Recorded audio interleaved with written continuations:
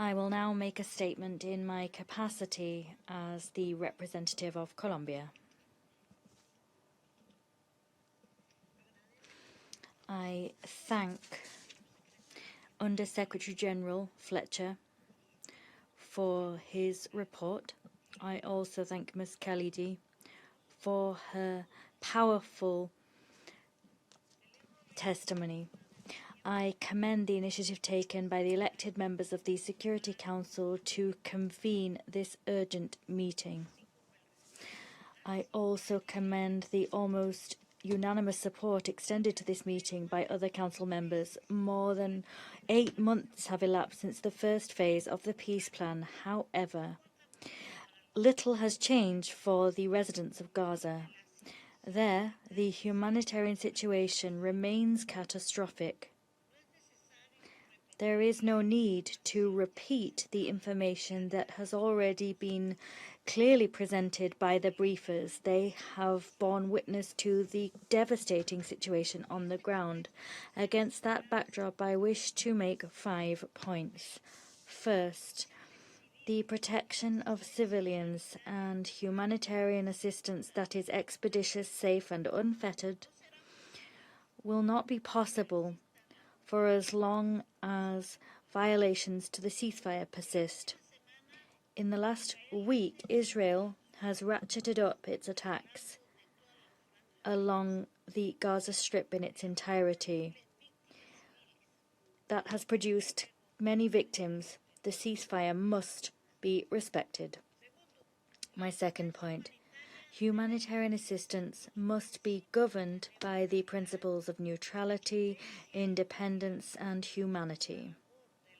The work of UNRWA and of humanitarian organizations is crucial and must not be obstructed. Israel must lift restrictions placed on the work of humanitarian partners in accordance with its obligations as occupying power. Humanitarian assistance and reconstruction cannot be tied to and made conditional upon political or military criteria. My third point, as has become patently clear in recent months, we are facing increasingly diverging narratives regarding what is happening on the ground. My delegation thanks UN agencies and recognizes the arduous work done by a group of non-governmental organizations, international NGOs that is, including Oxfam, work that is to establish an evaluation matrix which will be able to take stock objectively of the implementation of Resolution 2803. Israel's war is also a war against truth. The dissemination of biased partial information alongside the prohibition of access by the international press and the deliberate killings of more than 200 journalists in Gaza since 2023. There cannot be any fabrication of an alternative reality and preventing the international community, including this council, from having true verifiable information.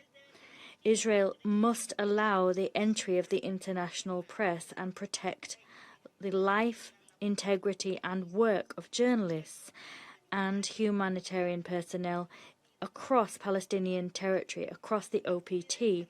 The international community must demand the immediate safe release of medical and healthcare personnel, including the personnel from the Palestinian Red Crescent that have been abducted by the IDF and associated militias. There are people that continue to be detained or retained arbitrarily. They must be released. We appeal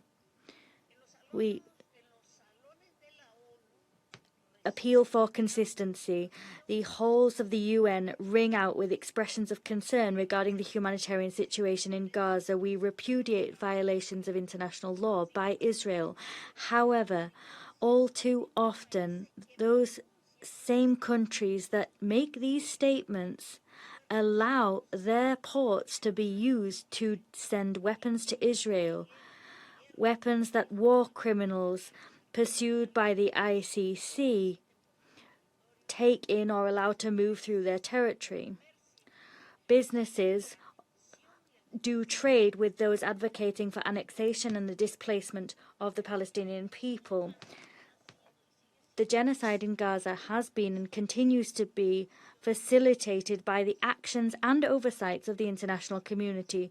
Stopping that, halting that genocide is a collective responsibility. Finally, my delegation reiterates that no temporary relief can be sustainable for as long as credible good faith progress is not made with a political process, the foundation of which must be the two-state solution, and work must result in a viable Palestinian state which is sovereign and contiguous within pre-1967 lines and with East Jerusalem as its capital.